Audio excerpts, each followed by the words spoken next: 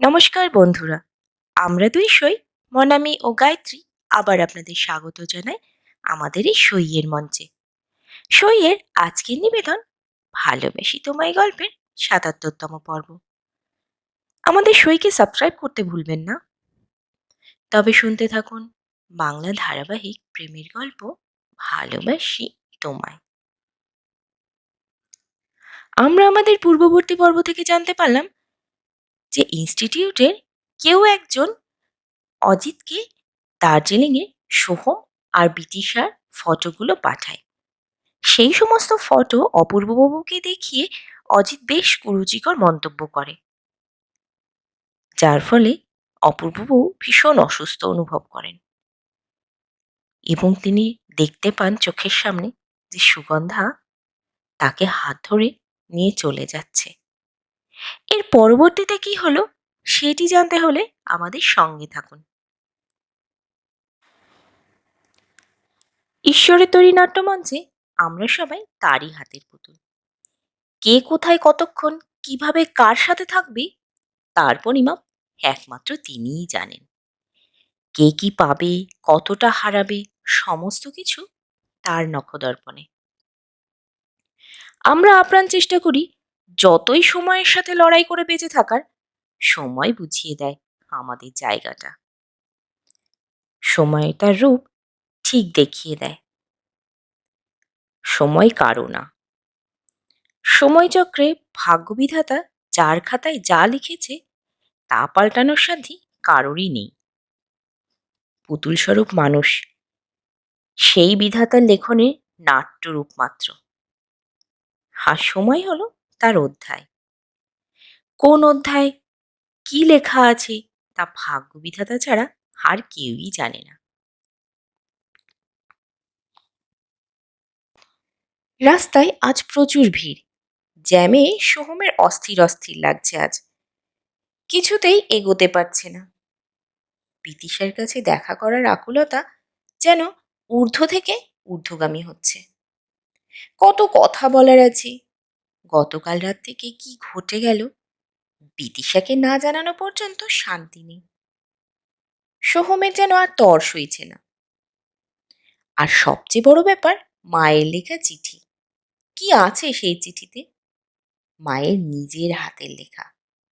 মনে পড়লে অদ্ভুত এক আলোড়নে শিহরিত হয়ে ওঠে শরীর। কখন বিদিশাকে পাবে আর কখন খোলা হবে সেই চিঠিটা। আজ আর ক্লাস করতেই দেবে না, ছুটি নিতে বলবে।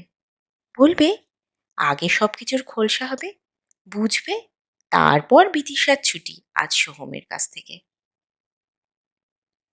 বিদিশার জন্য সোহমের ব্যাকুলতা অস্থিরতায় পরিণত হচ্ছে।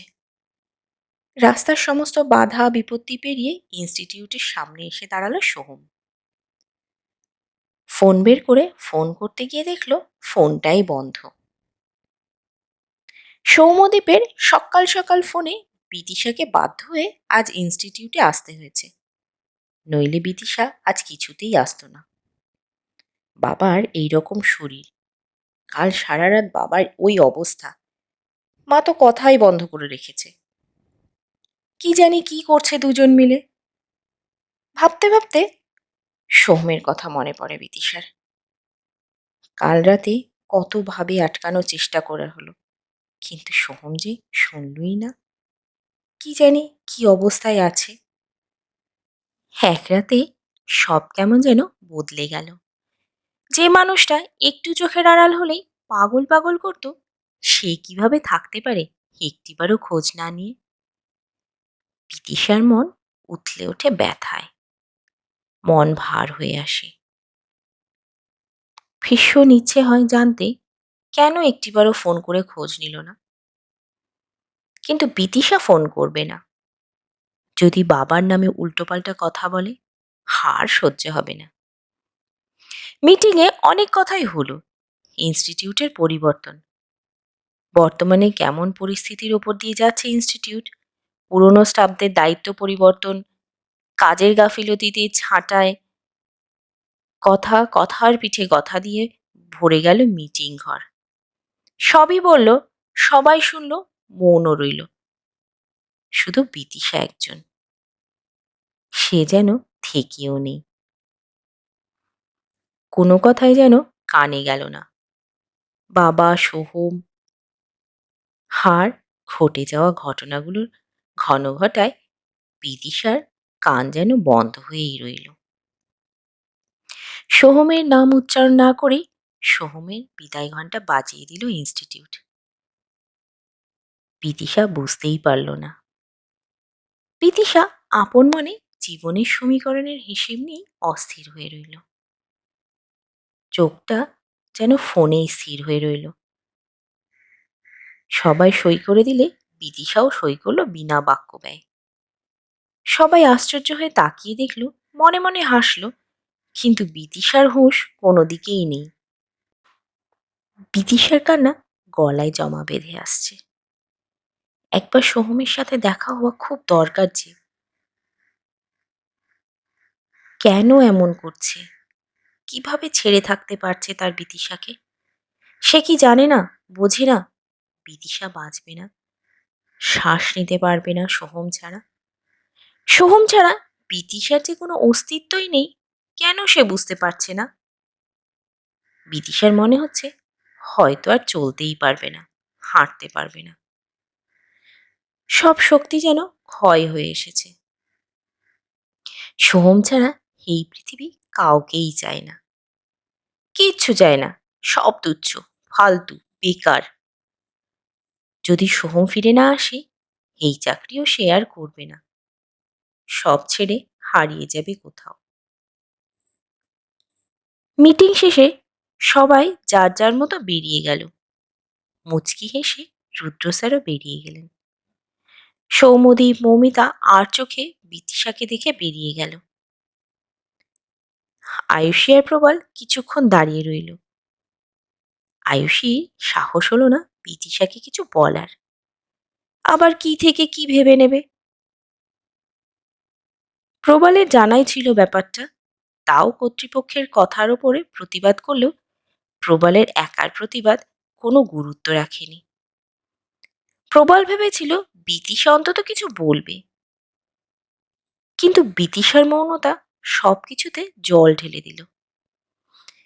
কিছুক্ষণ দাঁড়িয়ে থেকে ওরা দুজনেও বেরিয়ে গেল। বিদিশা একই থম মেরে বসে থাকতে থাকতে টেবিলে মাথা দিয়ে কাঁদতে শুরু করেছে। এই মুহূর্তে বিদিশার মরে যেতে ইচ্ছে করছে। সোহম ছাড়া বাঁচার যেন মানেই হয় না। ইচ্ছে করছে সামনাসামনি গিয়ে জিজ্ঞাসা করতে, কি করে থাকতে পারছে ও? কিন্তু বাস্তব যে বড় কঠিন। কি করবে আর কি করা উচিত, উথাল পাথাল ভাবনায় বিদিশা যেন কুল কিনারা পায় না। ঠিক এমন সময় ফোনটা ভাইব্রেট হতে শুরু করলো। সোহমের ফোন। বিদিশা ফোনটা দেখেই হাউ হাউ করে কেঁদে উঠল। যেন শত বৎসর প্রতীক্ষার পর ফোনটা এসেছে। মুখে হাত চাপা দিয়ে কাঁদতে কাঁদতেই প্রথমবার ফোনটা কেটে গেল। ফোনটা কেটে গেলে বিদিশার হুঁশ হলো, ফোনটা ধরতে হবে। কাঁপা কাঁপা হাতে ফোনটা করতে গেলে দুদিক থেকেই ব্যস্ত। বিদিশা ফোনটা রেখে নিজেকে একটু সুস্থ করে উঠে দাঁড়ালো। কনফারেন্স রুমের জানলা দিয়ে নিচে তাকাতেই দেখে সোহম নিচে দাঁড়ানো। আর দেখা মাত্র বিদিশা আর এক মুহূর্ত দেরি করে না। ফোনটা হাতে নিয়ে রুদ্ধশ্বাসে দৌড় দেয় সোহমের কাছে।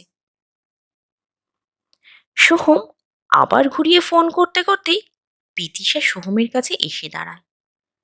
আর দাঁড়াতে দাঁড়াতেই বিদিশা আবার মুখ চেপে কাঁদতে কাঁদতে বসে পড়ে রাস্তায়। বিদিশাকে দেখে সোহমের চোখেও জল চলে এলো। সোহম খুব ভালো করে জানে কেমন আছে বিদিশা, কেমন কাটছে ওর কাল থেকে।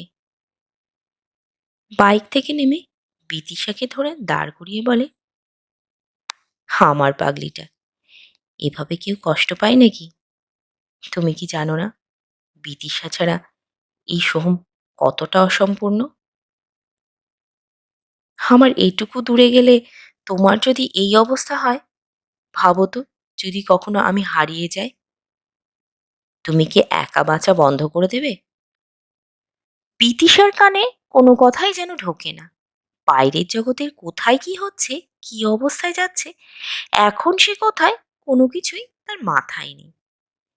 বিদিশা হাত দিয়ে মুখ ঢেকে কেঁদেই চলেছে অনবরত।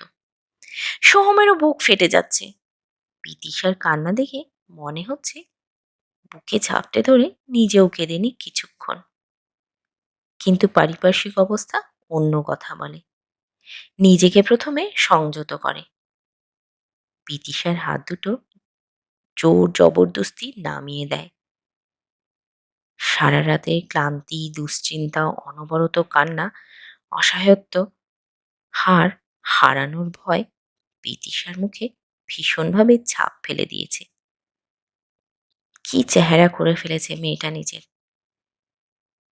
বিদিশাকে দেখে সুকুমার নিজেকে স্থির করে রাখতে পারে না। বিদিশার হাত দুটো ধরে বলে, কথা দাও, শারীরিকভাবে আমি তোমার সাথে থাকি বা না থাকি, তুমি নিজেকে নষ্ট করবে না অবহেলায়। বিদিশা উত্তর দেয় না।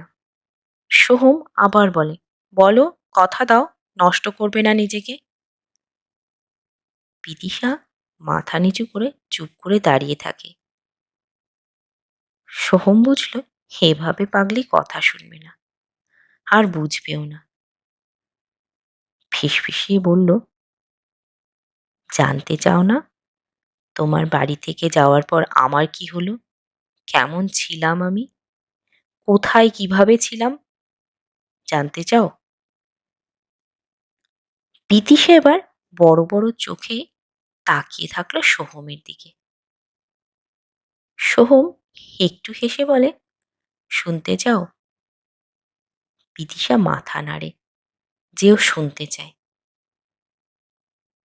সোহম বিদিশার এলোমেলো কান্না ভেজা চুলগুলো ঠিক করতে করতে বলে, তবে কথা দিতে হবে, আমি দূরে গেলে নিজেকে এভাবে নষ্ট করবে না।